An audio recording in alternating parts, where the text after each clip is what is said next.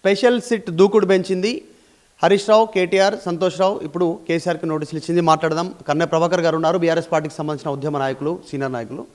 కేసీఆర్ నోటీసులకు సంబంధించిన విషయంలో వరుసగా చివరి అంకం కేసీఆర్ను విచారిస్తే తప్ప ఫోన్ ట్యాపింగ్ అనేటువంటిది ఒక అంకానికి చేరదు, చివరికి చేరదు. ఆయనతోటి ఒక క్లారిటీ వస్తుంది అనేటువంటిది కాంగ్రెస్ పార్టీ నాయకులు చెప్తా ఉన్నారు నోటీసుల పైన. అసలు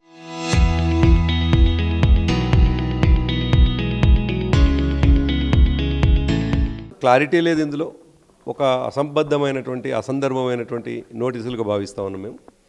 కాంగ్రెస్ పార్టీకి క్లారిటీ లేక కన్ఫ్యూజ్ తోటి ఇవాళ ఏం చేయాలో అర్థం కాక ఇస్తున్నట్టు కనిపిస్తుంది. ఒకదానికి లింకు లేనటువంటి విషయాలు. నిజానికి 2 సంవత్సరాలుగా కొనసాగుతున్నటువంటి విచారణ అనంతరము ఏదో ఒక ప్రొడక్టివిటీ కనిపించాలి, ఏదో ఒక రిజల్ట్ కనిపించాలి, ఏదో ఒక ప్రజల ముందైతే పెట్టాలి. అనేక మందిని ప్రభుత్వ ఖర్చుతోటి ప్రజల ధనంతో విచారణ పేరు మీద వృధా చేస్తూ ఉంటే విషయం చెప్పాల్సిన బాధ్యత అయితే ప్రభుత్వానికి ఉంటుంది కదా. కాబట్టి మేము ఏమంటున్నాం, ముందు నుంచి కూడా పంజగుట్టలో గతంలో కేసు నమోదైతే 350 మందితో విచారణ చేస్తే ఒక్కరి కూడా ఏం అడ్మిట్ అయినరో తెలియదు, ఏం చెప్పిరో తెలియదు. ఇప్పటివరకు విచారణలో తేలినటువంటి అంశాలు ప్రజ ముందు పెట్టలేదు. At the same time Harish Rao గారు సుప్రీంకోర్టులోనే క్వాష్ అయింది ఆయన కేసు. కానీ దుర్మార్గం ఏంటంటే ఈ రాష్ట్ర ప్రభుత్వమే తమ సొంత నిధులు అనుకొని ప్రజల సొమ్ముని అడ్వకేట్కి ఇచ్చి కేసు కొట్లాడితే క్వాష్ చేస్తే దాన్ని మళ్ళీ తిరగదోడి సిట్ నోటీసులు ఇవ్వడం అనేటువంటిది చాలా దుర్మార్గం, అనైతికమైనటువంటి మాట. పిసిసి చీఫ్ కాంగ్రెస్ పార్టీకి సంబంధించి మహేష్ కుమార్ గౌడ్, ఎమ్మెల్సీ అద్దంకి దయాకర్, కొద్దిమంది మంత్రులు, ఇంకా కొద్దిమంది కాంగ్రెస్ పార్టీ నాయకులు సిట్ మీద మాట్లాడుతారు, నోటీసుల మీద మాట్లాడుతారు, ఫోన్ ట్యాపింగ్ మీద. కేసీఆర్ పేరు చెప్పారు లోపల గతంలో అధికారులు, అందులో భాగంగానే కేసీఆర్ను విచారణలో పిలుస్తూ ఉన్నాం అనేటువంటి. అదే చెప్తున్నాం. మా ముందు నుంచి కూడా ఒకటే డిమాండ్, అసలు విచారణలో ఏం తేలింది అనేటువంటిది పబ్లిక్ డొమైన్లో పెట్టినారా, ఇప్పటివరకు ప్రజలకు వివరించినారా? సరే, PCC president off the record మాట్లాడుతుండా, ఆన్ రికార్డ్ మాట్లాడుతుండా, ప్రెస్ మీట్లలో మాట్లాడుతుండా. ఒకవేళ ప్రెస్ మీట్లో మాట్లాడేది అథెంటిక్ అని చెప్పేసి పీసీసీ ప్రెసిడెంట్ గారు మాట్లాడితే డెఫినెట్గా మా కౌంటర్ డెఫినెట్గా ఉంటుంది. ఈ రోజు వరకు 2 సంవత్సరాలుగా ఏం విచారణ జరిగిందో విషయం చెప్పకుండా ప్రజల్ని మభ్యపెడుతూ విచారణ కొనసాగుతుందని చెప్పేసి లీకులు మాత్రమే ఇచ్చేటువంటి ఈ ప్రభుత్వము, ఈ సిట్ అధికారులు తమ నీతిని ఇవాళ ప్రజల ముందు చెప్పుకోవాల్సినటువంటిది నిజాయితీగా ఉన్నామా లేదా అని చెప్పుకోవాల్సిన అవసరం ఉంది. అంతేందుకు ఇవాళనే మీరు అడుగుతున్నటువంటి ప్రశ్న కొనసాగింపుగానే సరిగ్గా 1:15 నందినగర్లోని కేసీఆర్ గారి ఇంటికి సిట్ అధికారులు వచ్చి పిఏకు నోటీస్ ఇచ్చిపోతే 12 గంటలకే పబ్లిక్ డొమైన్లో ఇవాళ మీడియాకు ఎట్లా లీక్ అయింది అంటే దాంతో అర్థమవుతుంది వీళ్ళు ఎంత నిజాయితీగా దీన్ని కొనసాగిస్తున్నారు అనేటువంటి విషయం. దీంట్లో నిజాయితీ లేనితనం కనిపిస్తుంది, దీంట్లో కుట్ర కోణం కనిపిస్తూ ఉంది, దీంట్లో రాజకీయ కోణం కనిపిస్తుంది, దీంట్లో రాజకీయ కక్ష కనిపిస్తూ ఉంది. గతంలో నేను కేసులో విరుక్కొని జైలుకు పోయొచ్చినను, ఆనాడు 50 లక్షలతో దొరికి ఇవాళ అదే పని ఎదుటి వాళ్ళ మీద రుద్దుదాము, అటువంటి తప్పిదాలే చేసిండ్రు అని ఆరోపిద్దామని రేవంత్ రెడ్డి ఆలోచన చేసి దాని కొనసాగింపుగా మాత్రమే ఈ పిచ్చి ప్రయత్నాలు జరుగుతున్నాయి. ఎవరు చేస్తూ ఉన్నారు? కన్నె ప్రభాకర్ లీక్ అంటారు, గవర్నమెంటా సిట్ టీమా? నేను అడుగుతున్నాను. మాకు కూడా వచ్చినటువంటి ప్రశ్నే ఇది. కేసీఆర్ గారికి 1:15 నోటీస్ ఎట్లా వస్తుంది, 12 గంటలకు ఎట్లా తెలుస్తుంది? వాళ్ళు ఏం జ్యోతిష్యులు కాదు, మీడియా వాళ్ళు, వాళ్ళకేం ఆకాశంలో ఊహించే మాట్లాడేటోళ్ళు కాదు. విషయం నిజంగా కూడా 12 గంటలకు పబ్లిక్ డొమైన్లో ఉన్నది. 1:15 కేసీఆర్ గారికి నోటీస్ ఇచ్చినారు. దీంతో అర్థమవుతుంది ఎవరైతే నోటీసు పట్టుకొని పోతుండ్రో వాళ్ళని ఇవ్వాలి, ప్రభుత్వ పక్షమైన లీక్ కావాలి. అందుకే మేము ఒకటే మాట చెప్పదలుచుకున్నాం, దీంట్లో రాజకీయ కోణం ఉన్నది, దీంట్లో చాలా దుర్మార్గమైనటువంటి ఆలోచన ఉన్నది. కాంగ్రెస్ పార్టీ దాదాపు 4-5 అంశాలని దృష్టిలో పెట్టుకొని దాని చుట్టూ తిరుగుతుందేమో, మా పరువు ఏడబోతుందేమో, ఫలితంగా మా ప్రభుత్వం అప్రతిష్ట పాలవుతుందేమో అనే ఒక భయంతో ఇస్తున్నటువంటి నోటీసులుగా భావించాలి. ఎందుకంటున్నానంటే ఒకవైపు ఏమో నైని బ్లాక్లో జరిగినటువంటి అక్రమాలు, అవకతవకలు, సింగరేణిలో జరుగుతున్నటువంటి తప్పిదాలు, మరోవైపు దాని కొనసాగింపుగా హరీష్ రావు గారు ఎవరికి అవసరం లేనటువంటి నిబంధనలు పెట్టడం ద్వారా ఎవరికి లాభం జరిగిందో విషయాన్ని చాలా స్పష్టంగా చెప్పడం ద్వారా, మూడోది గ్రామ పంచాయతీ ఎన్నికల్లో మేము ఇప్పటికే 4000 పైచిలకు గెలిచినాము, దాన్ని తట్టుకోలేనటువంటి రేవంత్ రెడ్డి మున్సిపల్ ఎన్నికల్లోనైనా 2 సీట్లు ఎక్కువ గెలుచుకుందామని ఒక గందరగోళం సృష్టిద్దామని మున్సిపల్ ఎన్నికల్లో మమ్మల్ని ఎంగేజ్ చేయాలని ప్రయత్నం చేయడం. 4వది దావోసు అమెరికా పర్యటనలకు ప్రశ్న ప్రజల నుంచి వస్తుంది, ఎందుకు దావోస్ నుంచి వెళ్ళి ఒక పెట్టుబడి రాలేదు, ఎందుకు ప్రజల సొమ్ముతో అమెరికాలో నువ్వు చదువుకున్నావు అనే ప్రశ్నని ప్రజల్లో వస్తుంది అనేటువంటి దాంతో ఈ 12 రోజులు ప్రజల్ని ఎంగేజ్ చేద్దాము, పిఆర్ఎస్ పార్టీ చుట్టూ తిప్పుదాము, దీని చుట్టూ విచారణ అంతా కూడా తిప్పి విషయాల్ని మరిపిద్దామని ఒక ఆలోచన చేసి ఎగ్జాక్ట్లీ మీరు అన్నట్టు జనరల్గా రాజకీయ పార్టీలను కూడా ఏదో డైవర్షన్ చేస్తూ ఉంటాయి, జనరల్గా అందులో భాగంగా ఉండొచ్చు. కానీ సజ్జనార్ సిట్ చీఫ్ సిపి కాస్త ఆయన స్టేట్మెంట్ ఏంటంటే అన్ని ఆధారాలు ముందు పెడతా ఉన్నాం, హరీష్ రావు వచ్చినా ముందు పెట్టాము, కేటీఆర్ వచ్చినా సంతోష్ రావు వచ్చినా ముందు పెట్టి అది అడుగుతూ ఉన్నాము, గతంలో ఇచ్చినటువంటి వాంగ్మూలాలు వచ్చినటువంటి ఆరోపణలు డీటెయిల్గా ముందున్నాయి, ఆధారాలతో సహా అడుగుతున్నాం అనేటువంటి ఆయన ప్రెస్ నోట్ రిలీజ్ చేశారు. ఇప్పుడు మీరు చెప్తుంది ఆయన లీక్ మాత్రమే ఇచ్చుడే తప్ప ఆయన ప్రెస్ అధికారికంగా ఎక్కడా ప్రెస్ మీట్లో చెప్తున్నటువంటి విషయం మేము అదే ట్వీట్ చేశారు. డిమాండ్ చేస్తూ ఉన్నాం.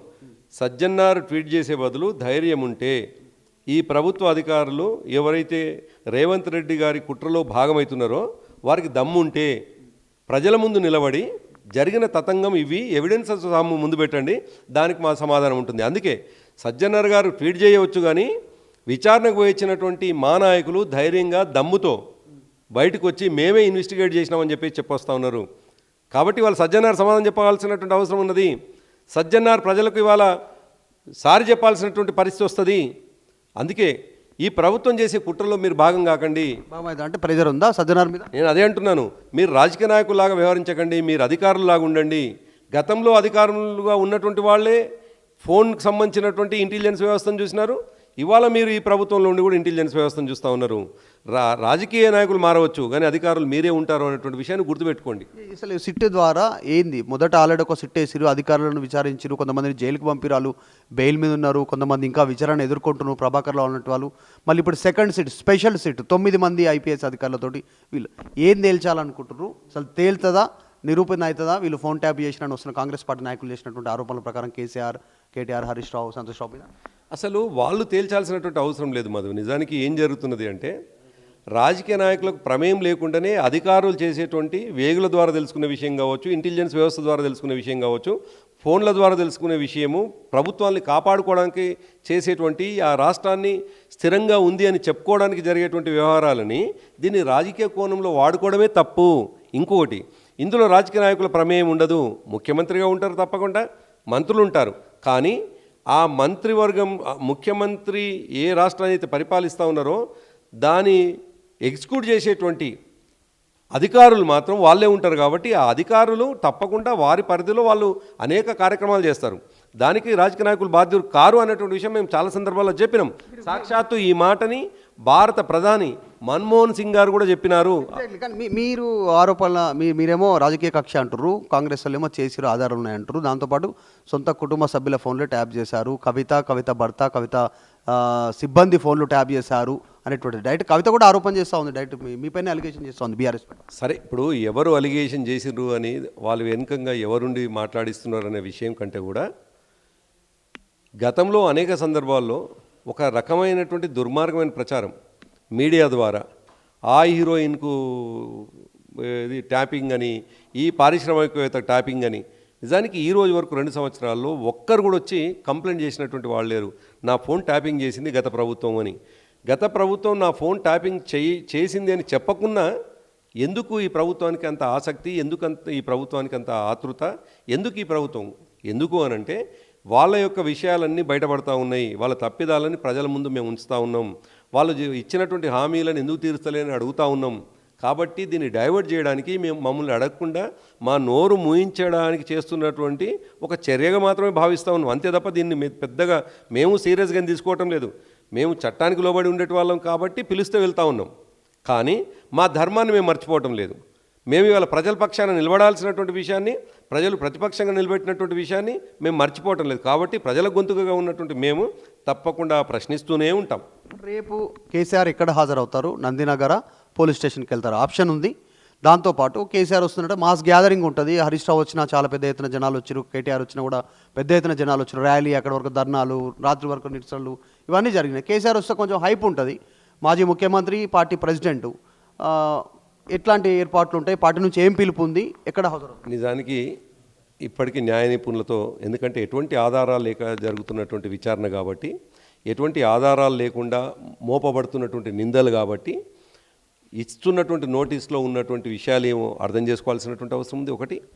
రెండవది మీరు అంటున్నట్టుగా 65 సంవత్సరాల వయసు పై ఉన్నటువంటి వాళ్లకు ఏ వెసులుబాటు ఉందో కేసీఆర్ గారికి అదే ఉంది కాబట్టి ఒకటి న్యాయ నిపుణులతో మాట్లాడడం, రెండోది ఎక్కడ హాజరు కావాలన్నటువంటి విషయం ఇంకా ఇప్పటికి తేలలేదు. మూడవది డెఫినెట్గా రేపు నామినేషన్ల చివరి రోజు మా నాయకత్వం అంతా, మా కార్యకర్తలంతా, మా వాళ్ళంతా కూడా ఇవాళ యుద్ధభూమిలో ఉన్నారు. వాళ్ళంతా కూడా ఈ నామినేషన్ల ప్రక్రియలో ఉన్నారు. దాన్ని పక్కదారి పట్టించడానికి వీళ్ళు చేసేటువంటి కుట్రల్ని కూడా దృష్టిలో పెట్టుకొని మా విచారణకు సంబంధించినటువంటి హాజరు అనేటువంటిది ఆధారపడుతుంది కాబట్టి అది తప్పకుండా మీకు చెప్తాం. రైట్. కేసీఆర్ సంబంధించినటువంటి నోటీసుల విషయంలో కావాలని అంటే డైవర్షన్ వస్తున్నటువంటి అవినీతి ఆరోపణలకు సంబంధించిన విషయంలో వాటిని డైవర్షన్ చేసే ప్రయత్నం చేస్తూ ఉన్నారు. రేపు మున్సిపల్ ఎన్నికల నామినేషన్ పర్వం అవుతుంది. సో దానిలో కావాలని డైవర్ట్ చేసే దాంట్లో బాగా నోటీసులు ఇచ్చారని చెప్తా ఉన్నారు కర్ణ ప్రభాకర్ గారు. తర్వాత కవిత విషయంలో కవిత మాట్లాడుతున్నటువంటి మాటల విషయంలో వెనకాల ఎవరుండి మాట్లాడిస్తున్నారో గమనిస్తున్నారంటూ స్టేట్మెంట్ చేస్తూ ఉన్నారు. వీడియో జర్నలిస్ట్ జాఫర్తో మధు మల్కేడ్కర్, హైదరాబాద్. చరిత్ర సృష్టించినోడు ఇప్పుడు ఆ చరిత్రని తిరగరాయబోతున్నాడు. అబద్ధాల గోడల్ని బద్దలు కొట్టి నిజాలను రాగా మీ ముందుంచబోతున్నాడు. నిజమైన వార్తల కోసం వెంటనే డౌన్లోడ్ చేసుకోండి రా యాప్ని.